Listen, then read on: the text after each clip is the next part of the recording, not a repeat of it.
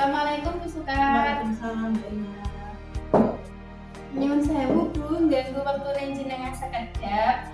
Kula teng mriki niku asal tugas dari CGP bahwa disuruh mewawancarai 2 sampai 3 kepala sekolah Bu untuk memenuhi tugas saya di CGP.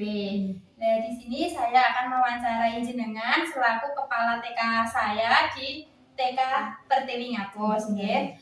Adapun hal-hal yang mau saya pertanyakan itu seputar itu Bu, seputar kasus yang jenengan alami di sekolah ini tentang dilema etika antara memilih iya atau tidak itu Bu nggih. Oke, langsung saja nggih Bu nggih. Iya, Mbak. Untuk pertanyaan yang pertama ya Bu.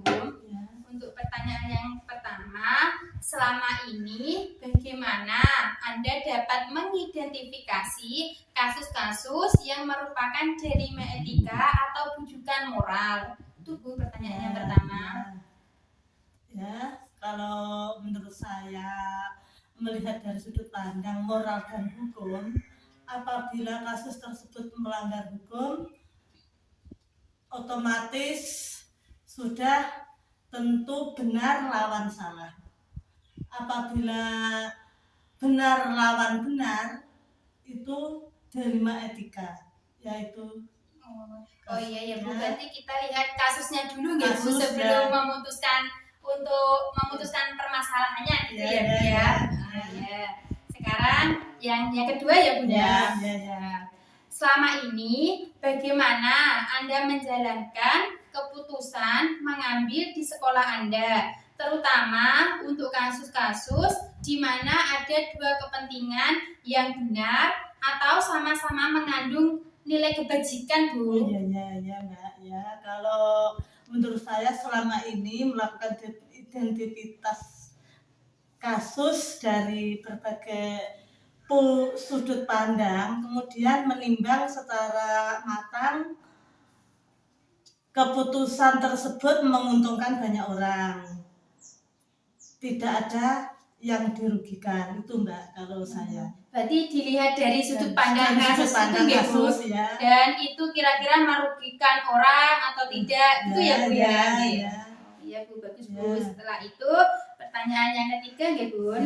Langkah-langkah atau prosedur seperti apa yang biasa jenengan lakukan selama ini Bu? Ya, langkah-langkah yang saya lakukan di sekolah saya yaitu pertama adalah menentukan permasalahan Mbak. Yang kedua berdiskusi dengan warga sekolah. Terus menimbang lagi dari berbagai sudut pandang sebelum memutuskan atau mengambil solusi. Itu Mbak. Berarti solusi dari saya itu. Ya, langkah-langkahnya pertama kita menentukan masalah dulu ya Bu. Setelah itu kita diskusikan bersama rekan guru dan lain-lain yang ada di sekolah. Setelah itu baru kita bisa memutuskan masalah keputusannya bagaimana. Gitu ya Bu ya. Oke, setelah itu pertanyaan yang keempat ya Bu ya. Hal-hal apa saja yang selama ini Anda anggap efektif dalam pengambilan keputusan pada kasus-kasus dilema etika Bu? Ya, saya melakukan analisis kasus kemudian menentukan solusinya menyesuaikan dengan peraturan dan norma Mbak. Pertama berarti menganalisis kasusnya dulu ya Bu ya. Serta mengedepankan kepentingan umum. Mengedepankan baik secara jangka panjang maupun jangka pendek, itu Mbak dari saya. Iya bagus Bu, berarti menganalisis kasusnya itu kira-kira ada yang dirugikan atau tidak seperti itu gitu Bu. Terus dilihat jangka panjang dan jangka pendeknya. Sekarang yang kelima ya Bu ya. Hal-hal apa saja yang selama ini merupakan tantangan dalam pengambilan keputusan pada kasus-kasus dilema etika? Ya, dalam tantangan dalam pengambilan keputusan adalah mencari keputusan yang terbaik, sama-sama benar. Dalam mengambil keputusan harus menguntungkan kedua belah pihak Mbak, itu Mbak dari keputusan saya. Pertama berarti Ya. mencari keputusan yang terbaik, yang Ya. dianggap baik berarti Ya. itu yang diputuskan. Ya. Gitu ya Bu ya. Ya. Ya, setelah itu ada lagi Bu, masih ada pertanyaan ya. Ya. Apakah Anda memiliki tata kala atau jadwal tertentu dalam menyelesaikan kasus etika D5? Ya. Apakah Anda langsung menyelesaikan di tempat atau memiliki jadwal untuk menyelesaikannya? Bentuk atau prosedur seperti apa yang Anda jalankan? Ya. Untuk pertanyaan nomor 6 ya Mbak ya? Ya, Untuk pertanyaan nomor 6, untuk memutuskan masalah yang ringan biasanya langsung saya putuskan. Apabila itu masalah itu berat, saya melakukan sesuai langkah-langkah yang disebutkan nomor 3 tadi. tadi. Langkah nomor 3. Berarti kalau kasusnya ringan bisa langsung memutuskan gitu ya. Tapi kalau kasusnya berat berarti sesuai langkah-langkah nomor 3. Oh ya, kayak menentukan permasalahan, berdiskusi, terus bekerja sama itu tadi ya Bu ya, rekan sejawat. Sekarang selanjutnya Bu adakah seseorang atau faktor-faktor apa yang selama ini mempermudah atau membantu Anda dalam mengambil keputusan dalam kasus-kasus D5 etika? Ya, pertanyaan selanjutnya ya Mbak, saya jawab. Dalam mengambil keputusan, saya selalu mengajak warga sekolah, terutama wali murid. Itu yang saya ajak musyawarah untuk mencari solusi yang terbaik untuk keputusan di lingkungan sekolah saya itu Mbak. Berarti intinya kita selalu bekerja sama dengan antara guru dan wali murid gitu ya sebelum memutuskan. Bagus Bu. Selanjutnya yang ke-8 gitu ya. Dari semua hal yang telah disampaikan, pembelajaran apa yang dapat Anda petik dari pengalaman Anda mengambil keputusan D5 etika Bu? Ya. Dalam pelajaran yang saya dapat ambil, saya menjadi lebih bijaksana dalam menganalisis permasalahan ya, untuk dijadikan pertimbangan menentukan solusi yang tepat dan terbaik untuk sekolah kami. Itu Mbak yang saya pertimbangkan. Ya, bagus Bu. Ya, sebelumnya terima kasih ya Bu sudah menyempatkan waktunya untuk bisa saya wawancarai. Semoga saya bisa mengikuti CGP ini dengan baik dan bisa memberi dampak terbaik juga buat lembaga ini ya Bu ya, di TK Ngapus. Mohon doanya semoga saya besok bisa lulus dengan nilai yang bagus gitu ya Bu ya. Sebelumnya kalau undur diri mawon nggih. Terima kasih ya Bu. Assalamualaikum Bu Sukat. Salam Mbak Ima.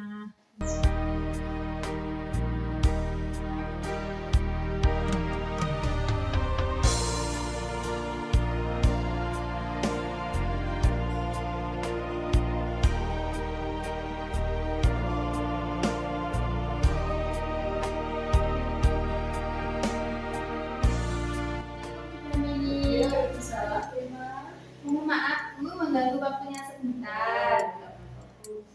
Saya ini maksud saya kesini ingin mewawancarai jenengan Bu untuk memenuhi tugas saya di CGP.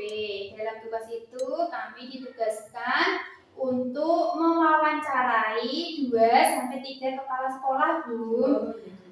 Oh ya, adapun keterkaitan wawancara itu seputar kasus dilema yang jenengan alami di lembaga ini Bu, di sekolah ini. Langsung saja ya Bu. Silakan Bu. Untuk pertanyaan yang pertama, selama ini bagaimana Anda dapat mengidentifikasi kasus-kasus yang merupakan dilema etika atau bujukan moral Bu? Oh seperti itu ya Bu ya. Oh iya. Saya melihat bahwa kasus dilema etika atau benar melawan benar, di mana itu merupakan situasi yang terjadi ketika kita itu harus memilih dan memutuskan antara dua pilihan yang kedua pilihan itu benar secara moral itu, tetapi bertentangan. Sedangkan rujukan moral itu adalah benar melawan benar yang situasi atau keadaan ketika kita itu harus mengambil keputusan antara benar dan salah, seperti itu. Ya, seperti itu ya Bu ya. Ya, sekarang yang kedua ya Bu ya. Selama ini bagaimana Anda menjalankan keputusan pengambilan di sekolah Anda? Terutama untuk kasus di mana ada dua kepentingan yang sama-sama benar atau sama-sama mengandung nilai kebajikan. Oh, seperti itu ya Bu ya. Oh, sebelum keputusan diambil dan kasus dilema etika terlebih dahulu dilakukan, yaitu dengan mengumpulkan fakta terlebih dahulu ya Bu ya.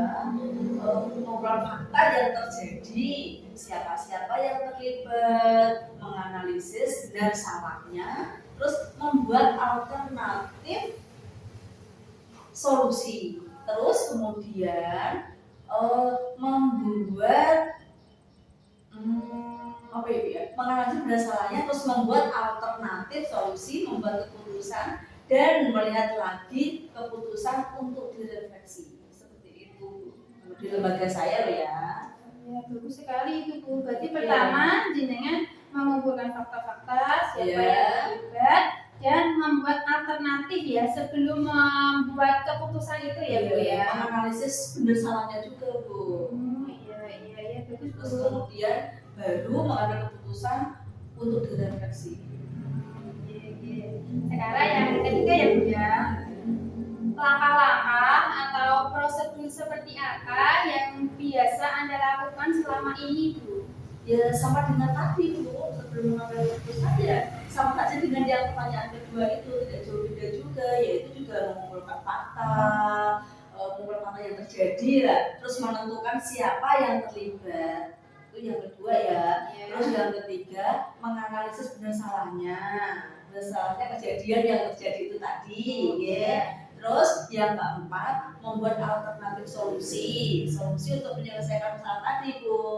Terus dan yang kelima membuat keputusan, dan yang keenam melihat lagi keputusan untuk direfleksi tadi. Iya bagus sekali itu langkah-langkahnya ya Bu ya. Sekarang yang selanjutnya soal yang kelima ya Bu ya. Hal-hal apa saja yang selama ini merupakan tantangan dalam pengambilan keputusan pada kasus-kasus dilema etika Bu? Oh ya, tantangan dalam pengambilan keputusan kasus dilema etika adalah masalah tersebut itu harus mempunyai nilai yang sama-sama penting, gitu loh Bu. Tetapi harus ada yang didahulukan, juga adanya orang-orang atasan langsung yang terlibat, serta adanya peraturan yang harus dipenuhi. Dan yang tak kalah pentingnya adalah mulai rasa yang harus diutamakan, seperti itu. Seperti itu ya Bu ya. Iya. Ya bagus sekali itu Bu ya. Selanjutnya ya Bu ya. Ya silakan.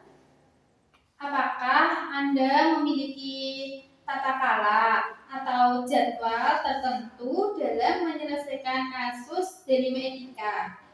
Apakah Anda langsung menyelesaikan di tempat atau memiliki jadwal untuk menyelesaikannya?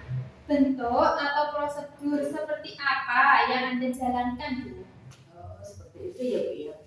Dalam mengambil keputusan dilema etika, kami tidak mempunyai jadwal khusus, tetapi ada tata pola dengan menganalisis, pertama ya Bu ya, terus mempertimbangkan dan memusyawarahkan kasus dilema etika yang baik secara moral dan non formal, seperti itu. Berarti untuk itu nggak ada jadwal khusus ya? Tidak ada Bu. Tapi dilihat dari menganalisis kasus itu tersebut Iya, ya. betul sekali Bu. Ya bagus itu Bu. Sekarang selanjutnya ya Bu ya. Adakah seseorang atau faktor-faktor apa yang selama ini mempermudah atau membantu Anda dalam pengambilan keputusan dalam kasus-kasus dilema etika. Oh iya Bu. Seseorang atau faktor yang mempermudah pengambilan keputusan pada kasus dilema etika adalah orang yang terlibat adalah orang yang profesional gitu, yang menghargai dan menerima keputusan atasan secara langsung gitu Bu. Seperti itu ya Bu ya. Iya. Berarti faktor-faktornya adalah orang yang itu tadi ya, orang yang terlibat ya dalam kasus itu. Ya, selanjutnya ya Bu ya. Dari semua hal yang telah disampaikan, pembelajaran apa yang dapat Anda petik dari pengalaman Anda dalam mengambil keputusan dilema etika? Oh iya ya. Pembelajaran yang diambil dari pengambilan keputusan pada kasus dilema etika adalah sebelum mengambil keputusan harus banyak-banyak menganalisis kasus yang ada, banyak pertimbangan-pertimbangan. Soalnya setiap keputusan pasti tidak mungkin membuat puas semua orang loh Bu, tidak puas membuat semua pihak yang terlibat gitu. Terus pasti ada pihak yang tidak terpuaskan. Semua yang terlibat pada pengambilan keputusan harus siap menerima, menghormati, serta melaksanakan keputusan yang ditetapkan. Itu harus seperti itu Bu. Ya, terus Bu, berarti pertama kita harus menganalisis kasusnya dulu ya Bu. Kira-kira ada salah satu pihak yang merasa dilibatkan atau tidak? Iya. Tapi tetap harus menghargai walaupun dia itu tidak puas dengan keputusan yang ada. Tapi dia itu harus menerima, dia tetap harus menghormati, melaksanakan keputusan yang ditetapkan secara bersama tadi Bu. Seperti itu. Ya. Bagus sekali itu Bu ya. Ya udah ya Bu Damini, terima kasih untuk hari ini. Ya, mohon maaf Bu ya, sebelumnya sudah menyita waktu jenengan ya. Ya, kula pamit riyen ngeten nggih Bu ya. Assalamualaikum Bu Damini. Waalaikumsalam warahmatullahi wabarakatuh.